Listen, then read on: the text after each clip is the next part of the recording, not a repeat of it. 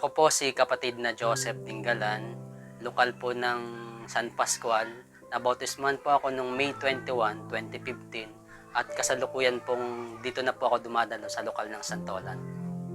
Nung hindi pa po ako kaanib sa iglesia, kung ano-ano na ring mga kalayawan sa buhay ang aking naranasan, isa na rito yung mga paglalasing ng alak, nakaranas din po ako ng pagmamariwana, at marami pa pong bagay na masama sa paningin ng Diyos. At isang pangyayari sa aking buhay, yung sa paglalasing ko. Sa paglalasing ko, ang feeling ko parang matapang ako.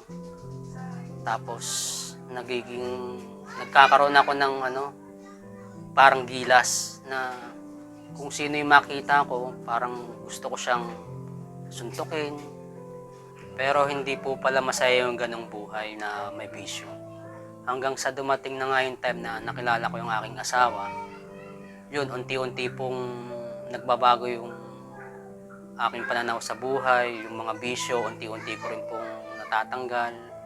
Hanggang sa time po na dumating na sa parang may kulang pa rin sa aking puso dahil parang may hinahanap akong katotohanan na hindi ako makontento dahil ako po ay isang dating Katoliko. Parang may kulang na hinahanap ako. Hanggang sa time po na nagse-search po ako sa YouTube at doon po nasumpungan ko po sa pagse-search ko, nasumpungan ko po si kapatid na Ellie. Yun po, doon po nagtuloy-tuloy na po yung aking pakikinig sa kanya. Halos 8 buwan po akong nakinig sa kanya bago po ako naanib sa iglesia. Sa pagpapatuloy ko ang pakikinig kay kapatid na Ellie, nagpasya kaming magpa-doktrina mag-asawa. At yun nga, ako lang po yung nakapagpabautismo, tapos po siya, hindi po siya natuloy. Then, dumating po yung isang linggo, nagkaroon po ng piyesta dun sa lugar namin. Niyaya po kami ng mga kaibigan, pero ang nayaya lang po yung aking asawa. Sila po, nung nandun na sa bahay nung pinuntahan, tinetext po nila ako, tinatawagan, pero hindi pa ako pumupunta kasi alam ko na po yung aral na bawal po sa atin yung makikain sa piyesta. Dahil sa aral at katwiran na aking pong naririnig, maaaring isa po ito sa dahilan kaya naaanib na rin po ang aking asawa. Yung mga aral na aking napapakinggan ay sa awa at tulong po ng Panginoon ay pinipilit kong maisagawa. At yun na nga po siguro ang naging dahilan kung bakit naging kaanib na rin ang aking asawa. At sa pagdaan nga po ng panahon sa paglilingkod namin sa Panginoon, sari-sari na rin po yung mga pagsubok na aming naranasan. Isa na rin po dito yung pagkawala ng aking ina.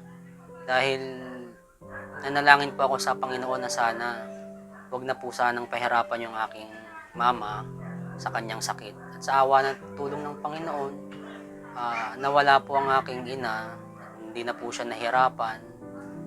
At dahil nga po sa mga aral na aking napapakinggan kay kapatid na Ellie, nagkaroon po ako ng lakas ng loob na matanggap kung ano man po yung nangyari sa aking ina. At isa pa po sa mga pagsubok na aming napagdaanan ay yung napipigilan po kami sa pagdalo dahil po yung boss namin ay pinipigilan kami sa pagdalo dahil nga po gusto niya tumuto kami doon sa aming trabaho. Kaya napagpasyahan po namin na umalis na lang po sa aming pinagtatrabahuhan para po mapagpatuloy po namin yung paglilingkod namin.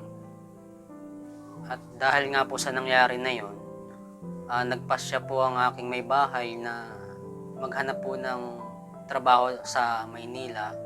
At nagpunta po siya sa Maynila, nagtrabaho bilang kasangbahay. At pagdating po ng mga ilang araw, sumunod na rin po ako sa kanya. At sa awa at tulong po ng Panginoon, nagkaroon din po ako ng trabaho dito sa Manila bilang factory worker. At dito na nga po nagsimula ang malaking pagbabago sa aming buhay. At kasalukuyan po ang aking misis ay nag-online selling po ng mga stop toys. At sa awa tulong po ng Panginoon, ako naman po ay naging team leader naman po sa kumpanyang aking pinapasukan. At binigyan din po kami ng Panginoon ng mabait na anak. Ang mapapayo ko lang po sa mga kapatid, magpatuloy lang po tayo sa pagdalo dahil sa pagdalo po natin na andun po yung pagpapatawad ng Panginoon at wag po natin kakalimutang manalangin. At sa mga pagsubok man na ating mapagdaanan, lagi nating panghawakan ng salita ng Panginoon na sa anumang paraan hindi kita pababayaan, sa anumang paraan hindi kita papagkukulangin. Salamat po sa Diyos. Ako po si kapatid na Joseph Dinggalan at ito po ang istorya ng aking pananampalataya.